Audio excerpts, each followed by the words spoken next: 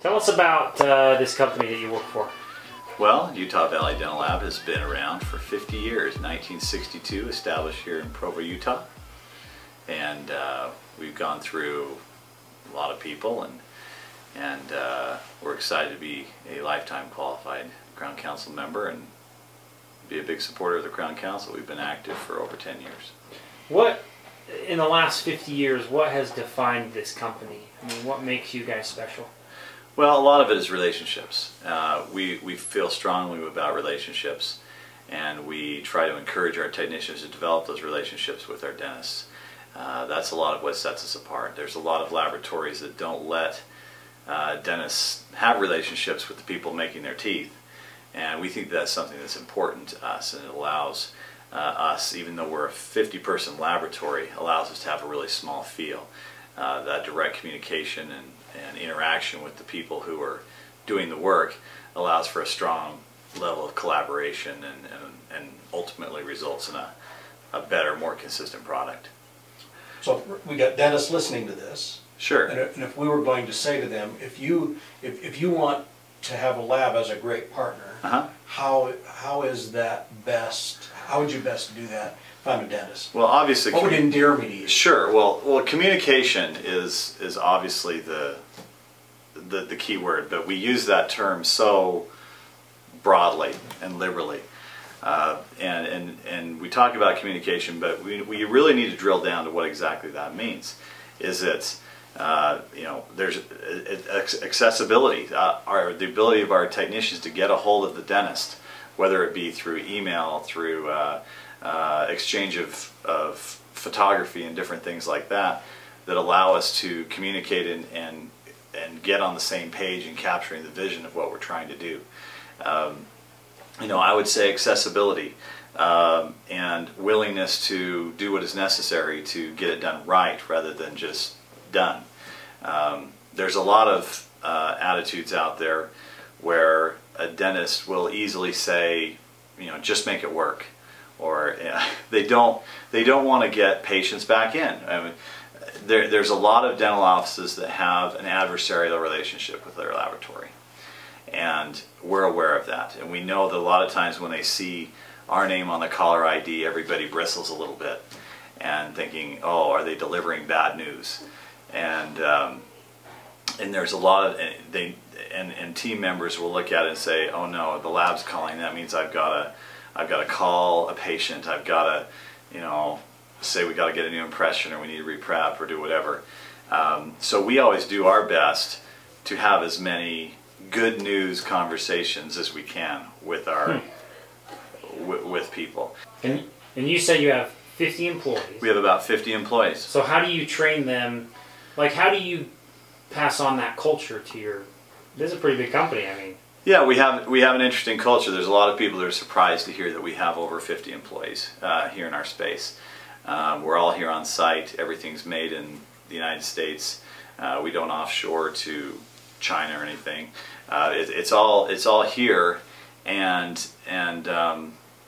one of the things that's interesting is that when you have a company that big, trying to instill a culture of can-do attitudes and things, there's several things that we've done to address that.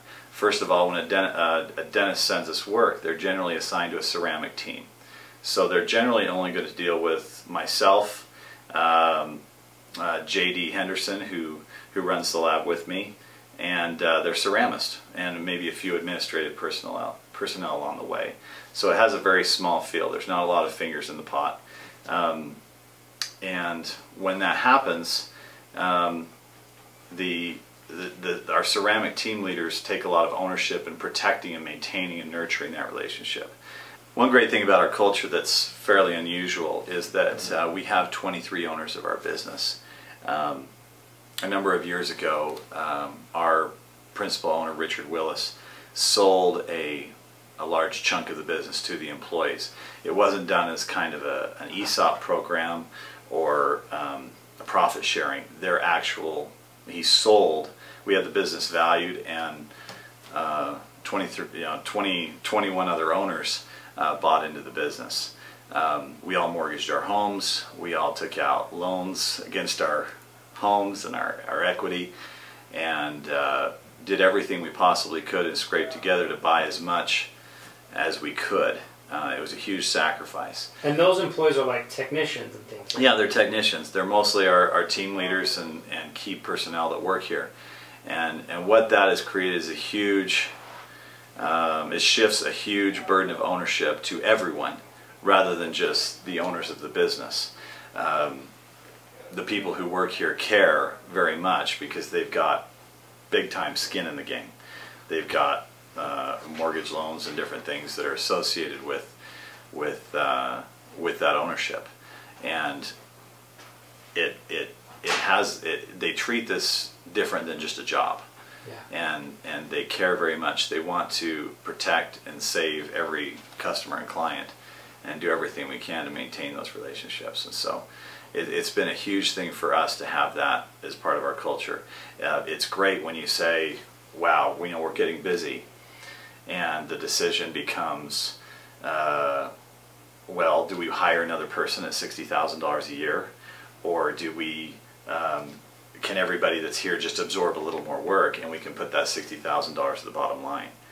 And when you can make decisions as a group like that, it makes you more efficient, leaner, and ultimately more profitable, but yet also offers another level. It allows employees to go to another level, another place in offering service and providing what they do beyond just as an employee. And it's been something that's been really effective for us.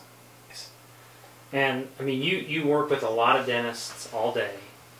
If you were giving advice to a doctor, any pearls of wisdom you would impart to a Crown Council team?